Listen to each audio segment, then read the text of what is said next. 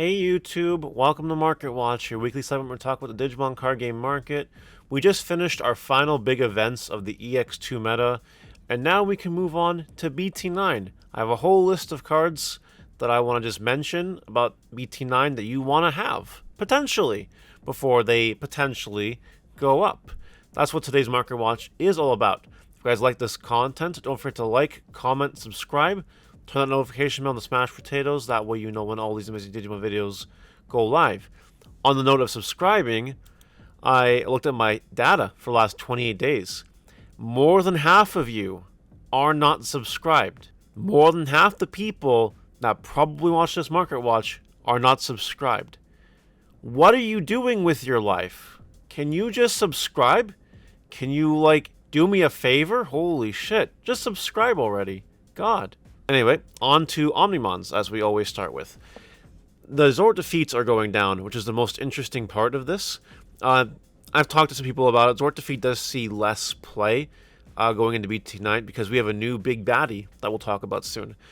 And just hybrid decks aren't as relevant. We'll talk about that too, don't worry.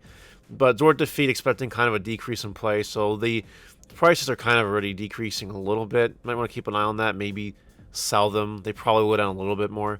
Merciful mode's here for pre-sales. Don't do that. And the Blitz Omnis are kind of where they were last week. You know, whatever. And Zwarts are the same. So nothing really new to report. Just Omnimons. You know, good stuff. Okay, Blue Hybrids. They kind of took the EX2 meta by storm, didn't they? BT8, not so much. EX2 came around. Everything changed. What's really interesting about Blue Hybrid, and this is going to make a lot of people upset, but I'm just going to go ahead and say it anyway. I'm going to give you a little secret, some inside information here. Are you ready? They're not going away anytime soon. BT9 testing has seemed to indicate that Blue Hybrid, despite having an option card that literally prevents it from being source stripped, Blue Hybrid still matches up well against everything else in the meta, and can even finagle its way around the decks that do play that card. So, if you guys are thinking, oh yeah, Blue Hybrid's gone, EX2 is over, BT9, let's go, don't count it out. It might not see as much success as it is now, and if the majority of the meta is these X-antibody archetypes, which it's looking like a lot will be, maybe Blue Hybrid will not see such a dominating presence, but don't go in unprepared. If you play a non-X-antibody deck at a tournament in BT9 and you see Blue Hybrid, yeah, happens. Just be prepared, guys. Death Xmon. Remember how I was talking about a new big baddie?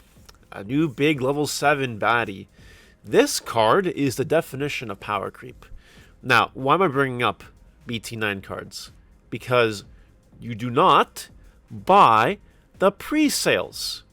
You do not buy the pre-sales from anyone. Don't do it. Look, I own a card shop. I sell cards. It would be very much to my advantage to list singles for pre-order and sell them. And I am telling you all right now, do not do it, because you're burning your money. Now, secret rares. There's this one and there's Alphamon Oryukin, I think that's how you pronounce it. I am not seeing the secret rares dropping too much below pre-sale price. You see other secret rares sometimes. They kind of get expensive, you know what I mean? I still don't think you buy them at this point in time. I think you wait till the set comes out, wait till proper quantities are established, and try to get them for cheap. But it's important to know that these secret rares are playable. It's not like last set where they're actual garbage. So there you go. There's my PSA. Don't buy the pre-sales. Now we start getting into all the BT9 cards that you might want to get your hands on, maybe before it's too late. We'll talk about a few exceptions. This Panaman is one of them. Grand Quagga OTK is coming back. It's a good deck, and jamming really helps it. And they're already going up in price. You might want to make sure you have a Panaman, or a playset of Palmons, rather. Either this one or Digifest one, whatever. Whatever floats your boat. We have Tentomon and Cuagamon alternate arts from EX1.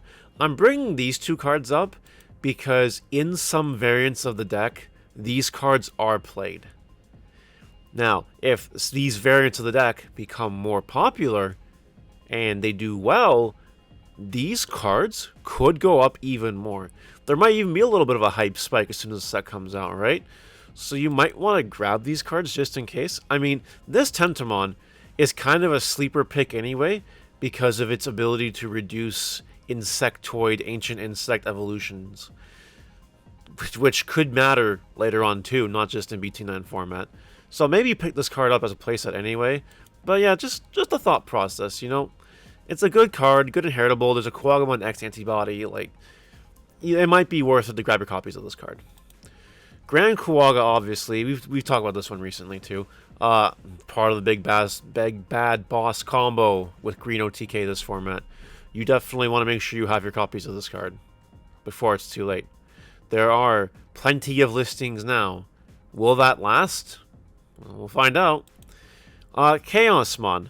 This is technically the max rarity Chaosmon and online champion, that's why. However, this card I think is really big hype. I don't think you buy this card, to be honest. Some people are thinking of taking this card in as kind of like a high boss attacker to attack over a Digimon when you're all done your combo if you can't go for game. Which you're more likely to go for game because hybrids exist now. But, you know, some people are still thinking about Chaosmon. I don't think you pull a trigger on this card. I do not think you do that. Alright. Doremon here is our placeholder for get your max rarity X antibody stuff now if you want to play it. Because Alphamon X antibody will be a tier 1 deck. You will see it everywhere. And it plays 4 copies of this, 4 copies of the other level 3 that does a similar thing, and a whole bunch of other cards that you know and love from previous X antibody formats. So make sure you have them because they're a reasonable price right now, but there's not a lot of listings, and as soon as they go, that's it. Gabumon. Someone from the previous week mentioned that this card got bought out. Yeah, basically, there's not a lot left. What's really interesting is this is an all-force Digimon starter deck card that you get multiple copies of. That is a starter deck that's still readily available. You might want to pick up all 4 starter decks as a random thought. If you look at the all 4 starter deck here, it's got some winners, right? Hammer Sparks, this Vmon has that Gabumon now. Like, it might be worth your while. And memory boosts. It might be worth your while just to grab a starter deck. Might be. So just think about that. Just want to let you know that that card is going up. The reason that card is going up in price, that Gabumon, is because of the Garurumon X antibody deck, which is anticipated to see high-level play. I'm not quite prepared to say it's going to hit Tier 1 status, but I could see it. I really could see it. The cards are pretty amazing. And if they go off, they go. Let me tell you, they don't stop. This promo, we covered this recently. It was way cheaper recently. Now it's just expensive. Same with this. Just recently covered it, got expensive. You might want to make sure you have these cards if you're interested in the deck or want to make a quick buck later on. This Garurumon sometimes sees play in the deck. Sometimes. And it's an alt-art from BT1. We've seen what happens to cards from BT1 that see meta play all of a sudden. So if this deck ends up doing well and is playing copies of this card, the price is in trouble. So you may want to grab them while you can. I think $18 for this card is perfectly reasonable, for my opinion. Next, we have Panaman from the yellow starter deck. $4, $5. It's down a little bit. It is down a little bit because it will see less play in BT9 than it did in BT8. But it's still going to see play. I know a few people actually messaged me, left me comments and PM me and whatever, so that they did actually buy yellow starter decks. Both Panaman and Holy Flame continue to see play even in a BT10. They are good cards. It does make sense that Holy Flame is more expensive by like a few cents, because in my opinion that card is just better. Also, there's been more reprints for Panaman than Holy Flame. That being said, just make sure you have those yellow cards because they can see play. They will continue to see play.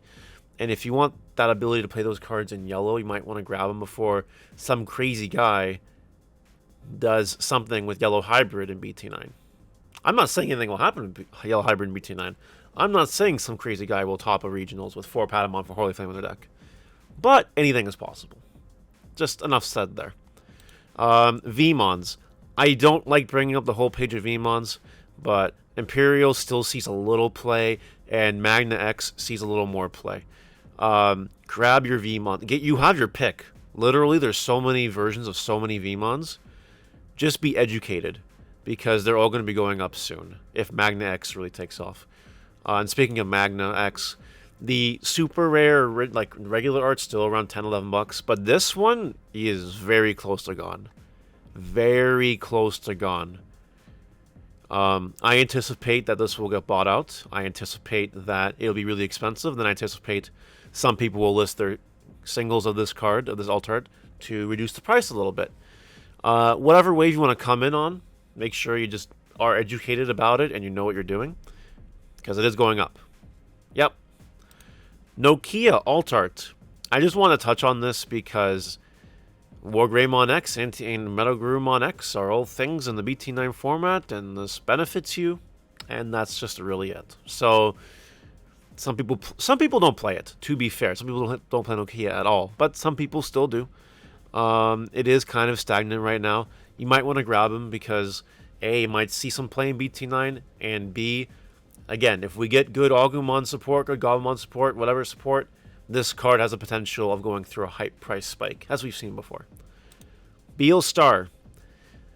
The last cards we're going to cover today are related to Beal Star, a very much anticipated security control-esque deck that just also plays Beal Star and plays options for lots, for free. Again, this card was way cheaper like 3 weeks ago, 2 weeks ago. And recently, people know it's coming.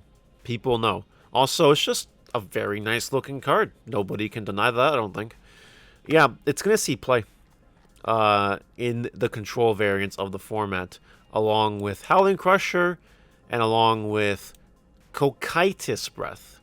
Gradually going up, gradually, going down, actually, which is super interesting. But you want to make sure you have these cards before Beal Star does do things in the format. If it does do things and you don't grab these cards, you will be punished. Just telling you that right now. That's it, guys. That's all I got for Market Watch. Let me know what you guys think in the comment section below. Did I miss anything? Or did I cover, pretty much everything that needed to be covered? Let me know in the comments. I love reading that stuff. Bye.